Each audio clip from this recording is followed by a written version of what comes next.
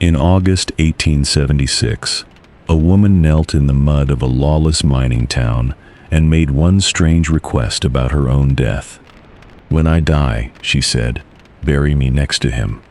The man she was talking about had just been gunned down at a card table. He had hardly known her at all, and by most accounts, he never loved her back for a single day. 27 years later, they honored that request. They lowered her into the ground right beside him, and thousands of people came to watch. Because in those 27 years, this filthy, foul-mouthed, hard-drinking woman that respectable society wanted nothing to do with had done something impossible. She had become one of the most famous names in America.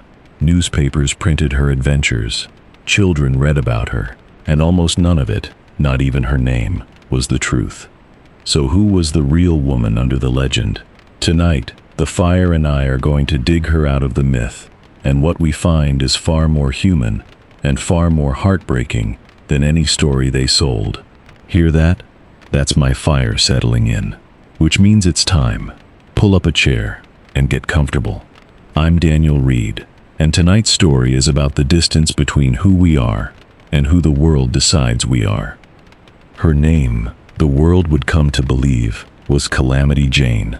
Rider, scout, sharpshooter, heroine of the American frontier.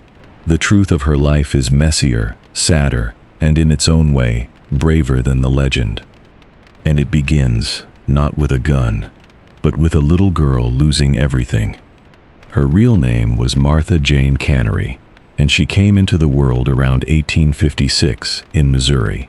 No heroine, no legend, just a poor farmer's daughter, the oldest of 6 kids. While she was still a child, her family packed up and chased a dream westward, joining a wagon train headed for the Montana goldfields. A punishing 5-month crawl across rivers, mountains, and wide-open plains. And on that journey, everything fell apart. Her mother died along the way. Barely a year later, in Utah, her father died too. And just like that, at around 14 years old, Martha Jane was the head of a family of 6 orphan children. Alone, penniless, in the middle of the American West. Think about what that meant for a girl in that time and place. She had no money, no education, no husband, and 5 younger children looking to her to survive. So she took whatever work the frontier would give a woman traveling alone. She washed dishes in mining camps. She cooked. She nursed the sick. She danced in halls for coins. She drove teams of oxen through the mud. Whatever kept those children fed, she did it. And somewhere in those desperate years, she learned to survive in a man's world by becoming as tough and as fearless as any man in it. To survive, Martha Jane did something radical for a woman of her era. She put on men's clothes, and she never really took them off. Dressed in buckskins and trousers, she could take on work that no woman in a dress would ever have been handed. She signed on as a teamster, driving supply wagons. She worked as a scout and a messenger for the army camps. She could ride and shoot and curse and drink with the roughest men on the frontier. And she did, with a kind of wild joy that both shocked people and won her a strange sort of respect. The problem is that this is exactly where history blurs, because most of what we know about these years comes from one unreliable source, Martha Jane herself.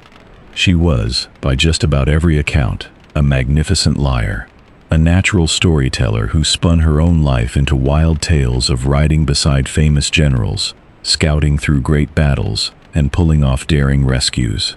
Some of it may hold a grain of truth. Much of it almost certainly does not. She was building a legend in real time, one saloon story at a time, and the frontier loved her for it. Even her famous name is a mystery she probably invented. The legend she told went like this. As a scout, she rode to the rescue of a wounded army captain, sweeping him onto her horse under fire. The grateful officer, the story goes, declared her Calamity Jane, the heroine of the plains. It's a wonderful story. Historians find almost no evidence it ever happened. The likelier truth is plainer and sadder.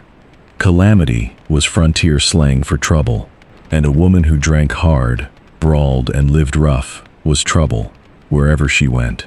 The name may simply have been a rough joke that stuck. But this is the real genius of Martha Jane. She took an insult meant to shame her, and she pinned it on like a medal. She reforged the word calamity from something they called her into a name that made her a star. She turned the thing that shamed her into the thing that made her unforgettable. And soon, the dime novels back east would take that name and make it immortal. In 1876, Martha Jane arrived in the place that would bind her name to legend forever, Deadwood, a wild, lawless gold camp in the Dakota Territory, crammed with miners, gamblers, and outlaws. And it was right there, in that muddy camp, that she met him, the man from the very start of tonight's story, James Butler Hickok. The West already knew him as Wild Bill, gunfighter, gambler, living legend, the deadliest gunfighter in the country. Now, let's be honest by this fire about what happened next, because the legend and the truth pull hard against each other here. Calamity Jane would later claim that she and Wild Bill were secretly married, that they were passionate lovers, that he was the one great romance of her whole life. The evidence for any of it is thin. Most scholars believe Hickok barely knew her, that they were, at most, drinking companions in a small town for a few short weeks before the end. By the way, Martha Jane told tall tales by campfires to anyone who would listen. I try to tell you the truth by mine. If you're enjoying that difference, tap subscribe. A new story lights this fire every week.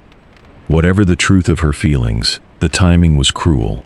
Only a few weeks after they arrived in Deadwood, Wild Bill Hickok sat down to play poker, and a coward walked in behind him. On the 2nd of August, 1876, Wild Bill Hickok broke his own strict rule. He always sat with his back to the wall. That day, the only open seat faced away from the door. A drifter named Jack McCall walked in behind him, drew a pistol, and shot the most famous gunfighter in the West in the back of the head. Hickok was dead before he could even turn around, the cards still frozen in his grip. 2 black aces and 2 black eights. To this day, gamblers around the world call that hand the dead man's hand. And Calamity Jane's reaction to his death is where the woman and the myth become impossible to separate. In her own telling, she was heartbroken beyond measure, and in one version, she pursued the killer herself and captured him with a meat cleaver, having left her guns behind. It almost certainly did not happen. McCall was caught by others. But whether or not she loved Wild Bill, whether or not he ever knew, one thing about her grief was real enough to outlive her. She never let the world forget his name, and she asked, from that day on, to be buried at his side. The years after Deadwood were a long, slow slide downward, and the fire is not going to pretend otherwise. Her legend, printed in dime novels, grew bigger and brighter every year. But the real Martha Jane sank lower and lower. Her drinking, always heavy, became ruinous. She drifted from town to town, taking rough work, cook, laundress, bullwhacker, sometimes performing as herself in traveling Wild West shows, the frontier spectacle put on stage for a paying crowd. But the crowds came to see Calamity Jane, the myth, and the real woman, drunk and unpredictable, could never quite be her. She was fired again and again. The legend was famous. The woman was falling apart. And yet, and this is the part the dime novels never sold, the people who actually knew her, in mining camp after mining camp, remembered something the stage never showed: a woman with a fierce, reckless kindness. When smallpox tore through a camp and everyone else ran for their lives, Martha Jane stayed behind and nursed the dying with her own 2 hands, asking for nothing in return. Again and again, the record shows her giving away what little she had to people even worse off than herself. She died in 1903, poor, sick, and completely worn out, at about 47, though those hard years had aged her far beyond that. And here, at last, the myth did her one final kindness. The people of Deadwood remembered her request from all those years before. They buried Martha Jane Cannary on Mount Moriah in the Black Hills, right beside James Butler Hickok. Whether he would have wanted it, no one can say. But there is a gentle irony in the way it ended. In death, she finally got the one thing the story could give that the woman never had: a permanent place beside the man she claimed to love, where thousands of visitors still come to stand every single year. The historians are right that her stories were mostly invention, but stand at that grave today and you feel the deeper truth the facts almost miss. A penniless orphan girl, handed nothing by the world but hardship, simply refused to be nobody. She grabbed a name meant as an insult, and she made the whole country remember it. The facts of Calamity Jane are shaky, but Martha Jane Cannary was real, and she was unbreakable. Remember that strange request in the mud, "Bury me next to him." For all her lies, that one wish came true, and it tells us who she really was underneath the legend. She spent her whole life deciding how her own story would be told, and she never once let the world have the final word. And that, my friend, is where her story reaches out to you. Martha Jane was handed a life with almost nothing in it. No money, no schooling, no place in polite society. The one power she claimed was this: she decided who she would be, and she repeated it until the world believed her. You have that same power, in a quieter way. Every word of English you learn tonight is you deciding your own story, refusing to let where you started decide where you end. Nobody handed Martha Jane a future. She built one out of nerve and words. You are building yours out of effort and language. Start where you are, use what you have, and never let anyone else hold the pen. They called her Calamity. She made it mean legend. What will you make of your name? Before the fire burns down, one question tonight. Calamity Jane took a word meant to insult her and turned it into a name the whole world remembered. So tell me, was she a hero or just a brilliant liar? One word in the comments, hero or liar. And tell me where in the world you're listening from.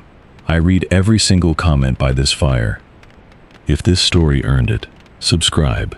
You bring the chair, I bring the history.